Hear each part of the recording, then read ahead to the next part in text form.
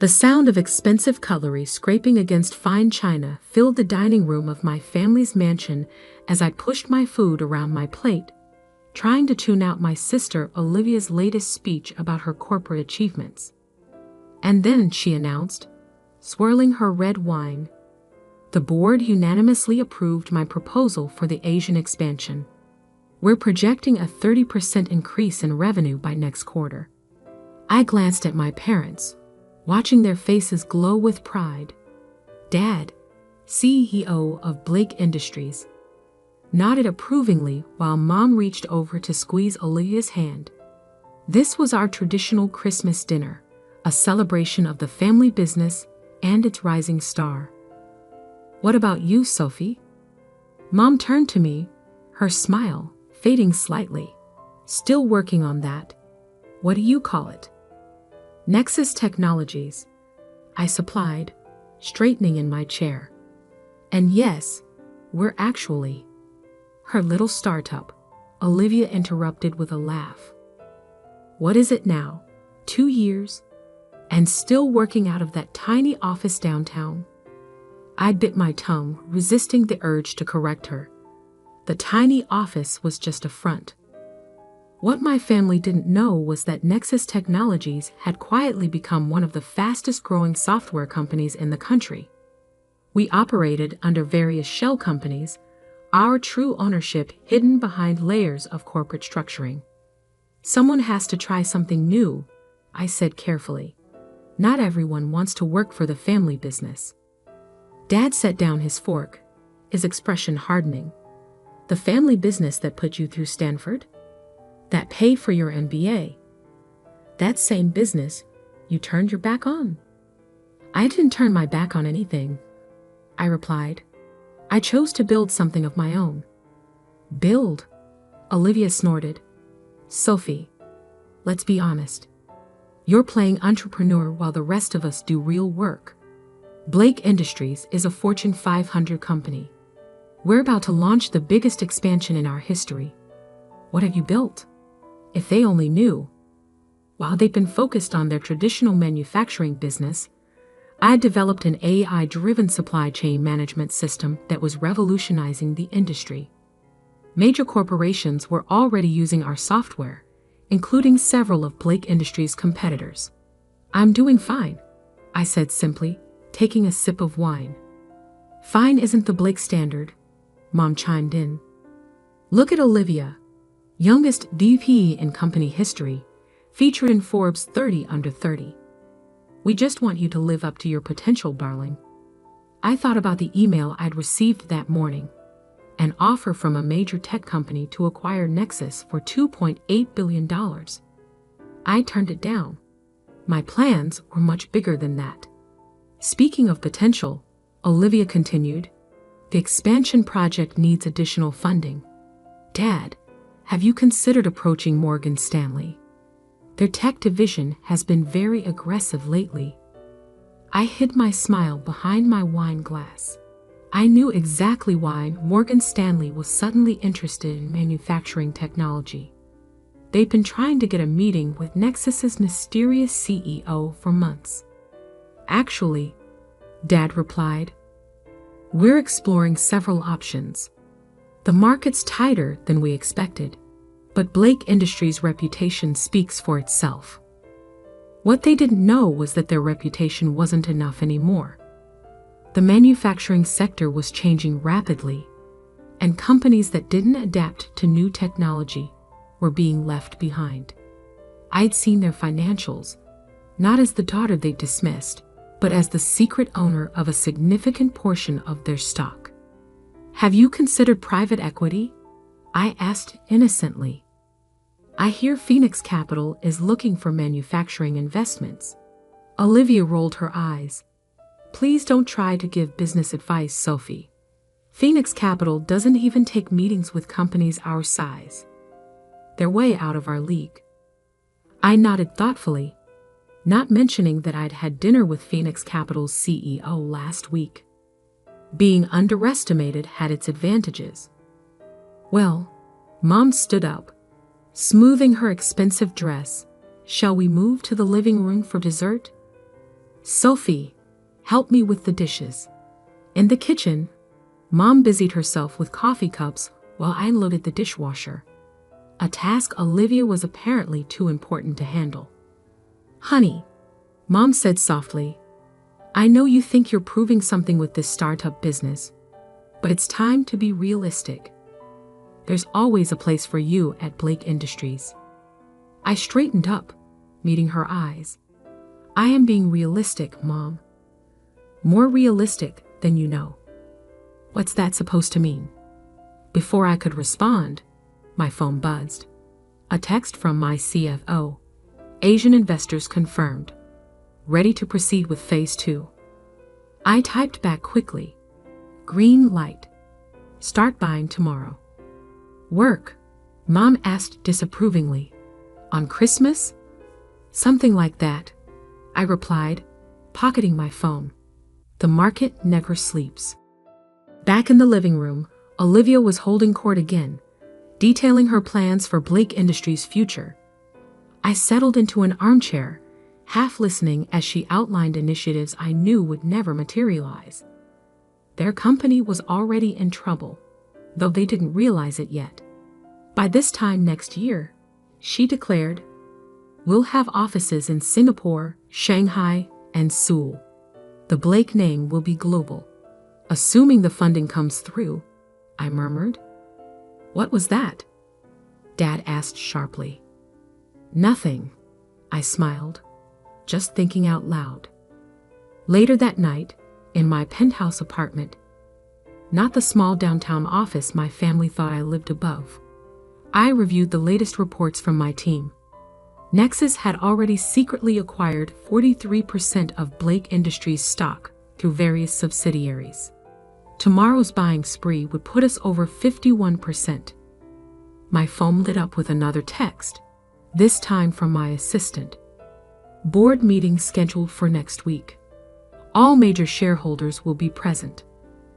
Perfect, I replied. Time to introduce the real CEO of Nexus Technologies. I walked to my floor-to-ceiling windows, looking out over the city lights. Somewhere out there, my family was probably still congratulating themselves on their business acumen, still pitying their failure of a daughter who couldn't cut it in the real corporate world. In 1 week, they would learn how wrong they'd been. In 1 week, they would discover that the daughter they dismissed had built something far bigger than they could imagine. In 1 week, everything would change. I poured myself a glass of the same expensive wine we'd had at dinner, but this time, I allowed myself to smile. Let them laugh. Let them mock my pathetic startup. Their reaction when they discovered the truth would be worth every condescending comment, every dismissive glance, every family dinner spent biting my tongue. After all, revenge is a dish best served with a controlling interest. The week after Christmas passed in a blur of stealth acquisitions and strategic meetings. From my real office, the entire top floor of a downtown skyscraper, I watched as Nexus Technologies systematically gained control of Blake Industries through carefully orchestrated stock purchases. We've crossed the threshold, my CFO, Michael, announced during our morning briefing. 51.3% ownership as of market close yesterday.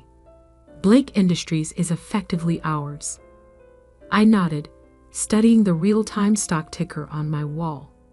Blake Industries' share price had been declining steadily, a fact my family seemed determined to ignore.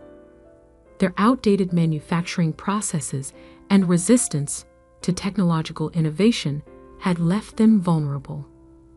What's the status of their funding search? I asked, though I already knew the answer. Desperate, Michael smiled. Every major bank has turned them down. Morgan Stanley won't even take their calls anymore. They've scheduled an emergency board meeting for tomorrow. My phone buzzed, a text from Olivia. Family dinner tonight. Mandatory. Dad's orders. I smiled, knowing exactly why this dinner had been called. They needed to discuss the company's financial crisis, but they were too proud to do it anywhere but behind closed doors. Time to prepare for the final act, I told Michael. Make sure all our documentation is ready for tomorrow's board meeting. That evening, I arrived at my parents' mansion to find the atmosphere considerably different from Christmas dinner. Gone were the celebratory wines and smug speeches about expansion. Instead, tension hung heavy in the air as we gathered around the dining table. The situation, Dad began without preamble, is more challenging than we anticipated. Several key investors have expressed concerns about our technological infrastructure. Concerns?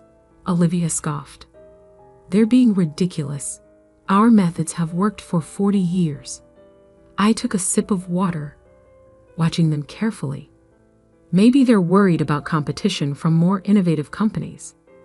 Not you too, Olivia snapped. Just because you play with computers doesn't make you an expert on manufacturing.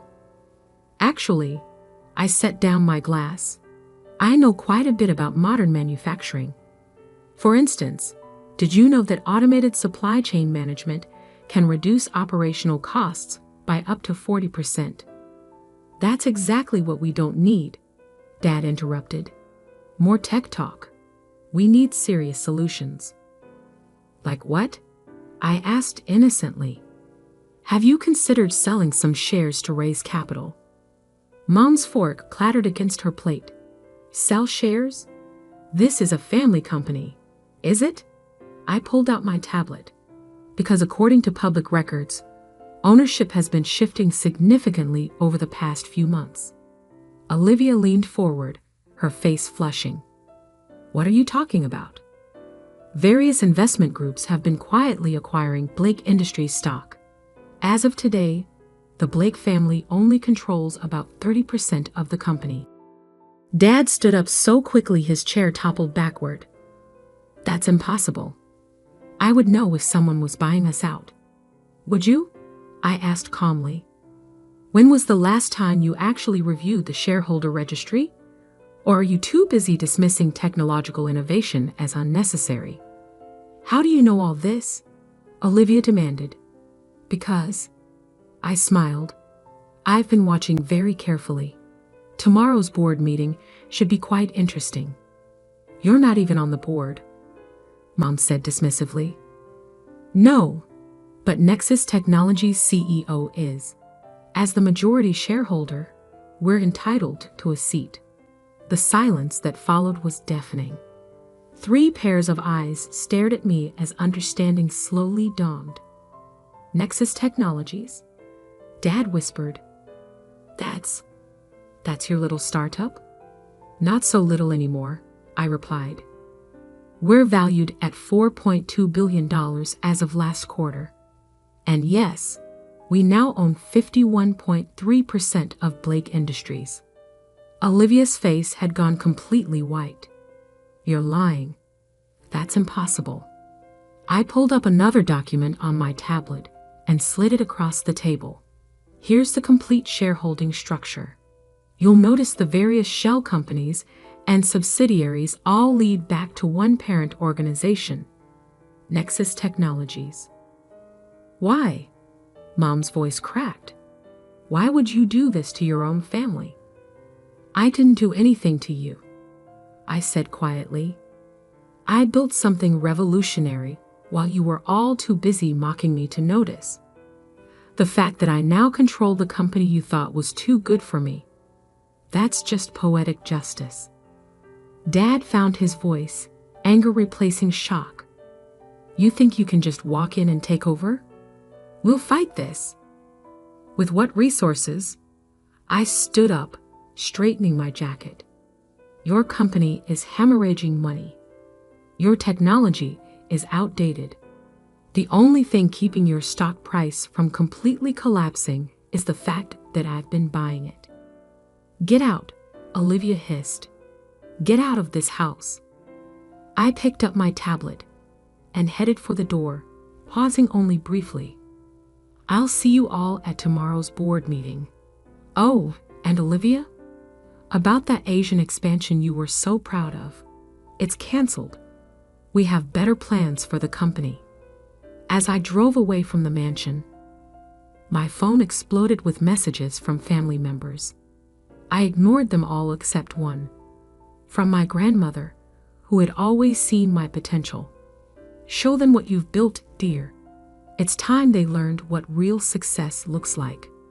In my office later that night, I reviewed the presentation for tomorrow's board meeting. The plan was comprehensive. A complete technological overhaul of Blake Industries, integration with Nexus's advanced systems, and a new management structure. Michael appeared in my doorway. The board members have been notified of the ownership change.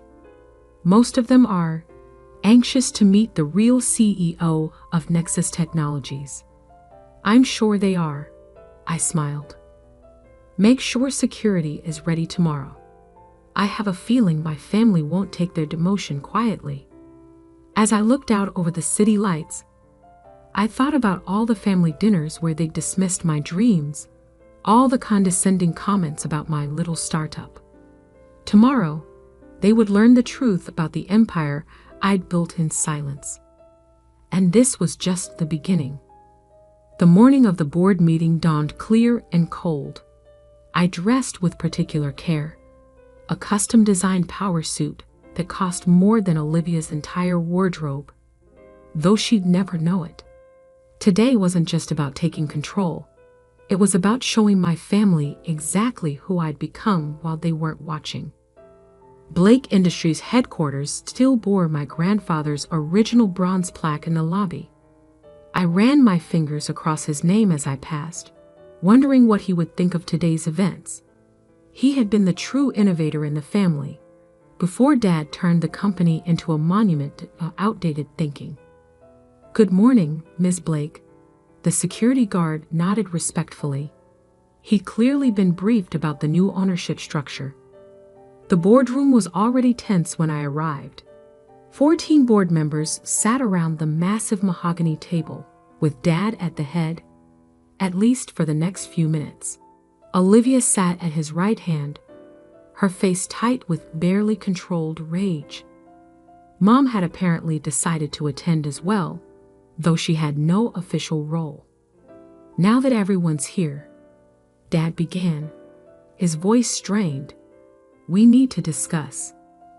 Actually, I interrupted, taking a seat directly opposite him.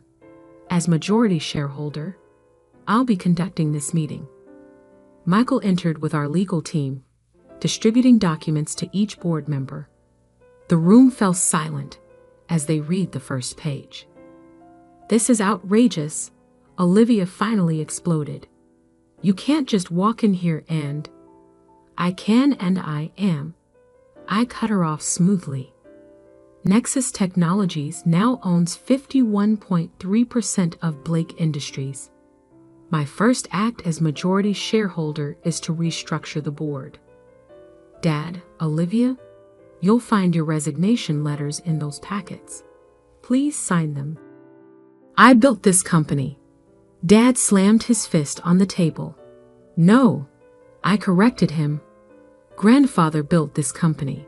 You inherited it and refused to let it evolve. Now it's bleeding money and losing market share to more innovative competitors. I nodded to Michael, who started the presentation. Charts and graphs appeared on the room's screens, showing Blake Industries' declining performance against market trends. In the past 5 years, I continued, your profit margins have dropped 40%. Your technology is obsolete. 3 major clients have already jumped ship to competitors using modern supply chain management systems, specifically, systems created by Nexus Technologies. The board members shifted uncomfortably. They'd known things were bad, but seeing the numbers laid bare was shocking. And you think you can fix this? Olivia sneered. With your computers and algorithms? I smiled, clicking to the next slide. We already have. Those same systems you've been mocking have revolutionized manufacturing logistics across the industry. Companies using our platform see an average 60% increase in efficiency, which is why our startup's value has surpassed Blake Industries by several $billion. Mom gasped audibly. Dad's face had turned an alarming shade of red. The choice is simple, I addressed the board. Sign the resignation letters and accept a generous severance package, or face a very public revelation about just how badly you've mismanaged this company. You would destroy your own family's reputation.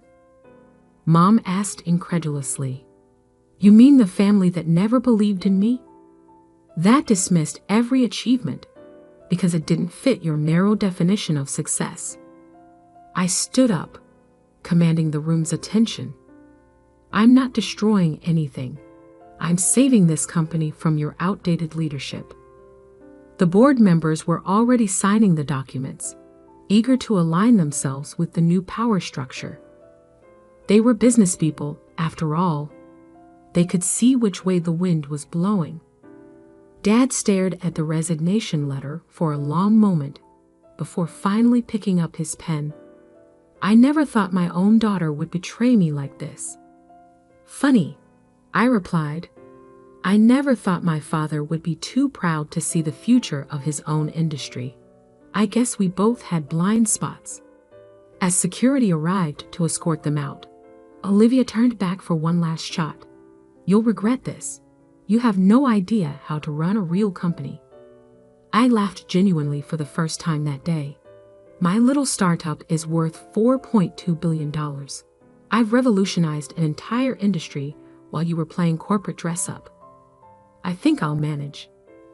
After they left, I moved to the head of the table, my grandfather's old seat. Now, shall we discuss the real future of Blake Industries?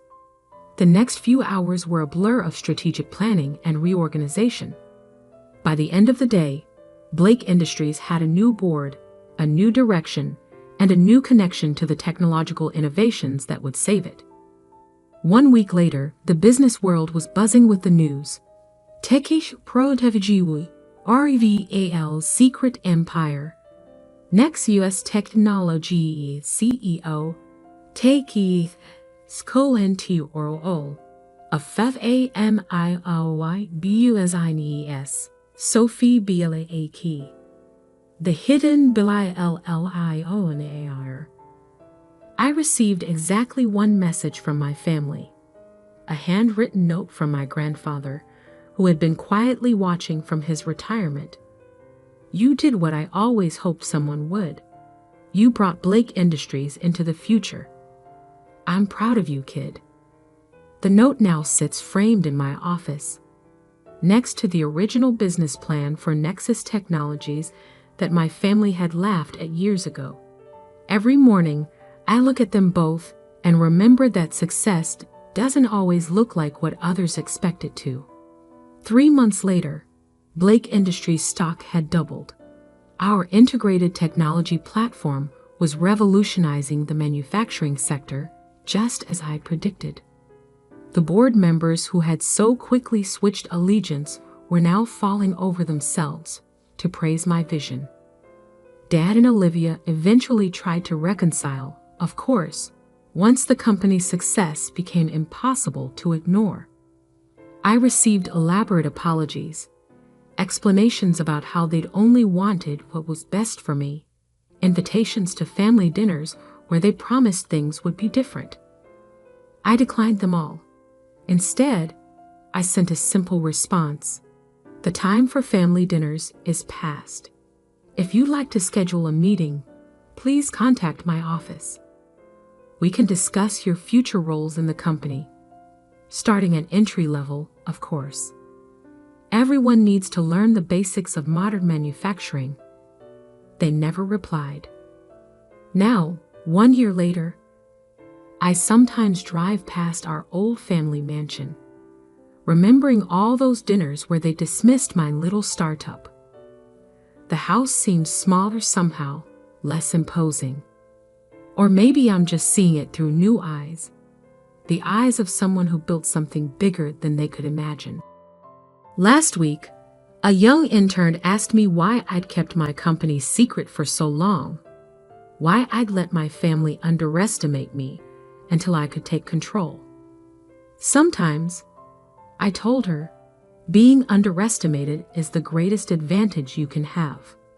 People show their true nature when they think you're beneath them, and success is sweetest when no one sees it coming. She nodded thoughtfully, then asked one more question. Was it worth it? Giving up your family for success.